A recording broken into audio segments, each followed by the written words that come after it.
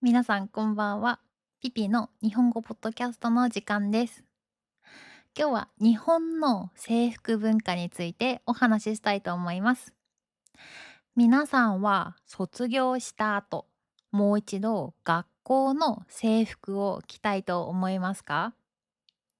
実は日本では卒業前になると制服でディズニーランドへ行く学生がたくさんいます。制服でプリクラを撮る人もいます。制服で記念写真を撮る人もいます。海外の人は少し不思議に思うかもしれません。なぜ日本の学生は制服をそんなに大切にするのでしょうか？今日はそんな日本の制服文化と青春についてお話ししたいと思います。まず、日本の中学校や高校には制服がある学校がたくさんあります。ブレザー、セーラー服、学ラン。皆さんもアニメやドラマで見たことがあるかもしれません。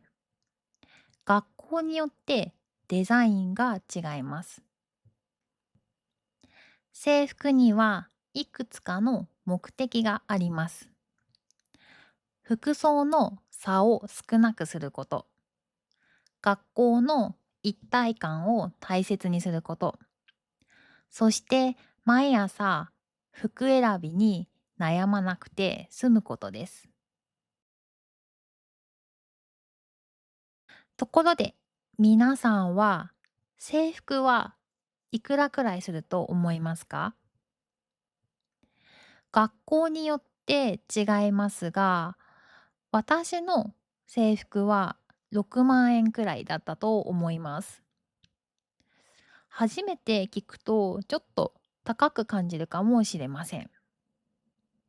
でも、毎日着ますし、3年間使うことを考えると、私はそれほど高すぎるとは思わないです。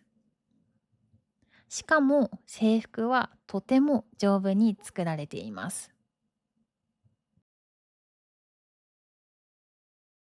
私が通っていた中学校には制服がありました。でも私は制服よりジャージの思い出の方が強いです。体育の授業もありますし、部活動もあります。気づいたらいつもジャージを着ていました。だから制服を見ると学生時代を思い出しますが、ジャージを見るともっと学生時代を思い出します。ちょっとだけ不思議ですよね。さて、ここからが今日の本題です。なぜ日本の学生は制服でディズニーランドへ行くのでしょうか？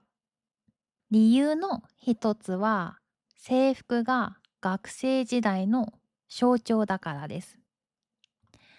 制服は学生だけが着る特別な服です。卒業するとほとんど着る機会がなくなります。つまり制服には今しか着られないという特別な価値があるのです。心理学には限定性の原理という考え方があります。人はいつでも手に入るものより今しか手に入らないものに価値を感じやすいと言われています。制服も少し似ているのかもしれません。学生の時間には終わりがあります。だからこそその時間を大切にしたくなるのです。制服でディズニーランドへ行く学生が多いのもその気持ちの表れなのかもしれません。大人になったら制服は着られません。だから学生のうちに友達と特別な思い出を作りたいんですね。もう一つ理由があります。それは仲間との一体感です。制服を着ると自然に私たちは同じ学校の仲間だという気持ちになります。社会学では人は同じグループに所属していると感じることで安心感や親近感を持つと言われています。制服はまさにその象徴です。なので制服で写真を撮るとただの写真ではなく友達との思い出になります。日本では制服でプリクラを撮る文化もあります。特に卒業前になると友達同士でたくさん撮りに行きます。私も撮りに行きました。今も手元にあるんですけど、たまに見ると懐かしいなぁと思う反面、ちょっとこっぱずかしいなという気持ちもあります。そして日本には少しロマンチックな文化もあります。皆さんは第二ボタンという言葉を聞いたことがありますか？卒業式の日に好きな人に制服の第二ボタンを渡すという文化です。なぜ第二ボタンなのでしょうか？心臓に一番近い場所だからという説があります。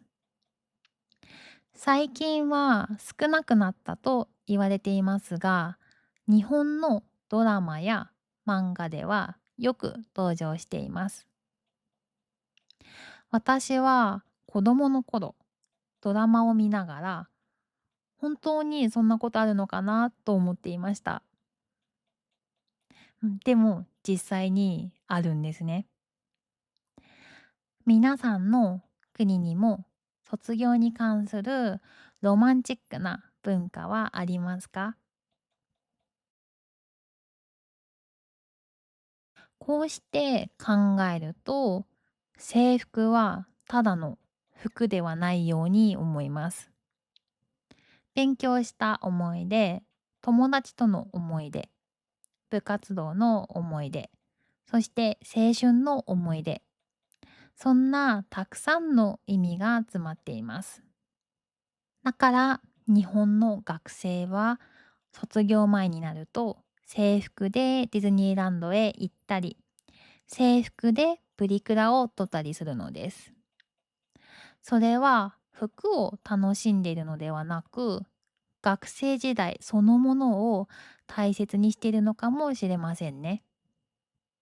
皆さんの国にも制服はありますか？